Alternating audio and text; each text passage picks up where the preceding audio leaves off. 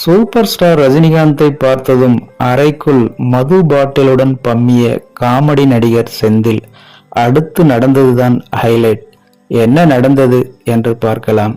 அதை பார்க்கறதுக்கு முன்னாடி hi friends, I'm C Elango. வணக்கம், welcome back to my channel. நீங்க இன்னும் நம்முடைய சேனலுக்கு சப்ஸ்கிரைப் பண்ணலைன்னா உடனே ஒரு லைக் போட்டு சப்ஸ்கிரைப் பண்ணி சப்போர்ட் பண்ணுங்க. அப்போதுதான் நான் போடுகின்ற ஒவ்வொரு சுவாரஸ்யமான பதிவும் உங்களுக்கு உடனுக்குடன் நோட்டிபிகேஷனாக வந்து சேரும். வாங்க பதிவிற்குள் போகலாம். காமெடி நடிகர்களில் ரொம்பவே வெகுளித்தனமானவர் நடிகர் செந்தில். அவர் ரஜினியின் நெருங்கிய நண்பரும் கூட.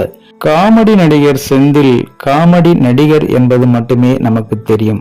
ஆனால் அவர் ஒரு வெகுளித்தனமானவர் என்பது பலருக்கும் தெரியாத ஒரு விஷயம். ஒருமுறை அவரிடம் பேசிய போது அவர் சொன்ன பதில் ரொம்பவே வெகுளித்தனமாக இருந்தது. அவர் பேசும்போது கிராமத்துத்தனமாகவும் அப்பாவித்தனமாகவும் இருக்கும். ஒருமுறை உலக கோப்பை கிரிக்கெட்ல எந்த நாடு ஜெயிக்கும்னு கேட்டபோது அதுக்கு அவரு அமெரிக்கான்னு சொல்லிட்டாரு. அந்த நாடு கிரிக்கெட் விளையாடுமாங்கிறதே அவருக்கு தெரியல. அப்புறம் அவரோட மகனே வந்து இந்தியான்னு சொல்லிட்டாரு. இவ்வளவு வெகுளியா இருக்கீங்களே, எப்படிங்க இவ்வளவு காலம் ஃபீல்டுல இருக்கீங்கன்னு கேட்டபோது ஒரு டிராயரை திறந்து உள்ளே இருந்த நிறைய செக்கை எல்லாம் வெளியே தூக்கி போட்டாரு.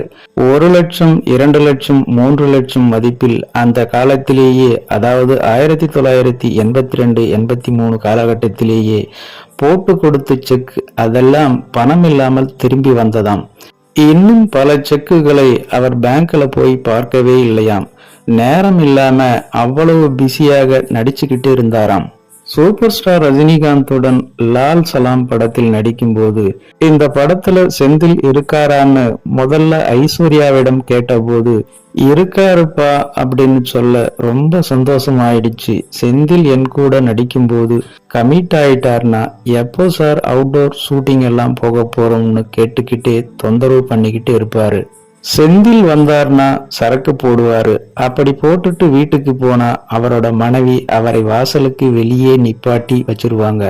தயவு தாட்சண்யம் இல்லாம துரத்தி விட்டுருவாங்க. அதனால அவுட்டோர் போனா நல்லா சாப்பிடுவாரு. அப்படித்தான் வீரா திரைப்படத்துல அவுட்டோர் ஷூட்டிங் நடக்கும்போது நல்லா குடிச்சிட்டு என்னை பார்த்ததும் பம்முவாரு. அப்புறம் நானே வேற பக்கமா தள்ளி ரூமை மாத்திக்கிட்டேன் என்று சூப்பர் ஸ்டார் ரஜினிகாந்த் அவர்கள் கூறியிருந்தது குறிப்பிடத்தக்கது. ஓகே ஃப்ரெண்ட்ஸ், காமெடி நடிகர் செந்திலை பற்றி சூப்பர் ஸ்டார் ரஜினிகாந்த் அவர்கள் கூறிய இந்த சம்பவத்தினை பற்றி நீங்கள் என்ன நினைக்கிறீர்கள் என்ற உங்களோட கருத்துக்களை மறக்காம கமெண்ட்ல பதிவிடுங்க. மேலும் இது போன்ற வேறொரு சுவாரஸ்யமான தகவலுடன் சந்திக்கலாம். அதுவரை உங்களிடமிருந்து விடைபெறுவது ஐம் சி இளங்கோ. நன்றி, வணக்கம், வாழ்க தமிழ்.